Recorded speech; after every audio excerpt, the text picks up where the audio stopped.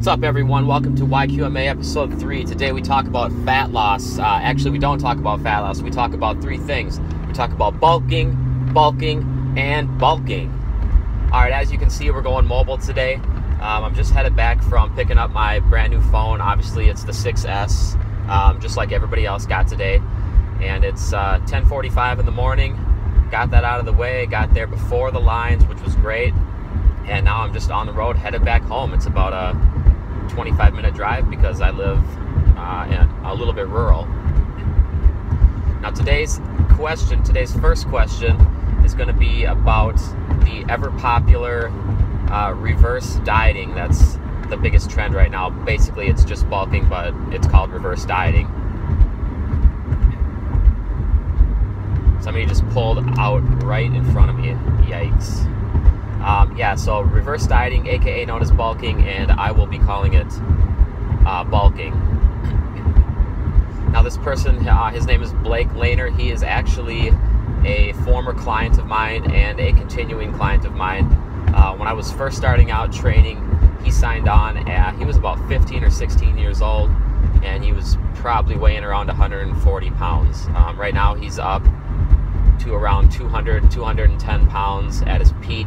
And he's actually cutting on the same timeline that I am right now. We're both sitting at around 185 pounds, getting pretty lean. So obviously his question has to do with transitioning from a long-term cut into a long-term bulk. And the bulk of his question is about the transition. He's lost around 30 pounds. And so he's wondering about the timeline on getting back into his gains phase, his off-season phase, because nobody cuts forever. If you do, you're an idiot. It's all about cutting down, showing your gains, and then obviously building back up. If you're not as big as you want to be, you need to build. You don't need to cut. So he's cutting for a long time. We're talking about 30 pounds. I believe that's probably around 20 to 30 weeks for him. And the main point here is that every single day that you're cutting, if you're doing it correctly, you are in a calorie deficit. And so when you transition back into your bulking phase, which requires that ever sacred calorie surplus, you need to make sure that you actually get into that surplus. It's so annoying to me when I see these people talking about reverse dieting for 6 months without gaining any weight. I mean, really, what have you accomplished? Like, you've accomplished nothing. I mean, you were in a deficit at the end of your cut, obviously. You should have been ultra lean at the end of your cut, obviously. And so, where else is there to go? I mean, you have to go up and you have to gain weight. The whole point is to gain weight on a bulk. It's not to remain the same weight as you were when you were ultra lean. That's just stupidity. So if you're a person that's seen it, like a Facebook update that says 6 months into my reverse diet, I've gained no pounds, but I've increased my calorie intake. No shit. I mean, of course you increased your calorie intake, and obviously you didn't do it enough because you're getting nowhere for 6 months. So get to the point where you're gaining weight, first off. Now, how long should it take to get there? When you have a caloric deficit, it can be big or it can be small. So the transition time that we're talking about here, from your deficit to the bottom of your deficit to maintenance and then into surplus, that's the time frame that I'm talking about right now. From the bottom of your deficit to your maintenance should not take long. Why would you want to stay in a deficit of any degree when gaining is the goal? Ask yourself that. So as you can tell, it's time to get into that maintenance mode and quickly into that surplus mode. 6 months, 4 months, 3 months, that's nonsense. We need to go faster than that. Otherwise, you're just wasting time staying in a deficit. All right.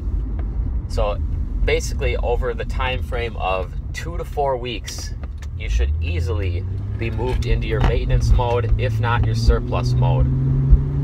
Take your deficit amount, your estimated deficit amount,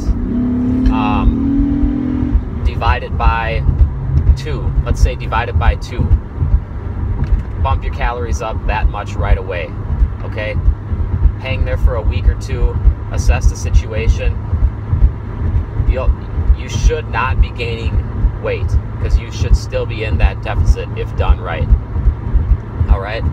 Now the next step is just increase it again. Increase it again by that same amount. Theoretically, that should put you up to maintenance. Still, you should not be gaining weight because you're at maintenance. If you've gained weight, it's likely fluids. I mean, that's all there is to it. After that, let's say you're 4 weeks in at that point. After that, it's time for that surplus. It's time to increase the calories again, so you're actually gaining weight. Again, the point is to actually gain weight, okay? So 4 weeks max to get to maintenance. After that, bump it up into surplus and just take it from there. Oh, so I thought I was gonna do multiple questions today, but I'm not gonna do multiple questions today. I thought that was enough for one day. I mean, that's a huge topic and everybody asks about it. It's the #1 most popular question when it comes to starting the bulk after a cut. I mean, how do you transition? It's turned into this huge debate, this huge ordeal. Actually not almost, I mean, it has gotten annoying. And it doesn't have to be this long, drawn-out process. Keep it simple, get up into maintenance, get up into a surplus, and actually gain weight like you're supposed to when you're trying to grow. You can't add muscle to a body without gaining weight. So that's it for this edition of YQMA. This is episode number 3, and it was all about bulking. And I'll actually continue the bulking YQMA into episode number 4. But until then, I will check you guys later.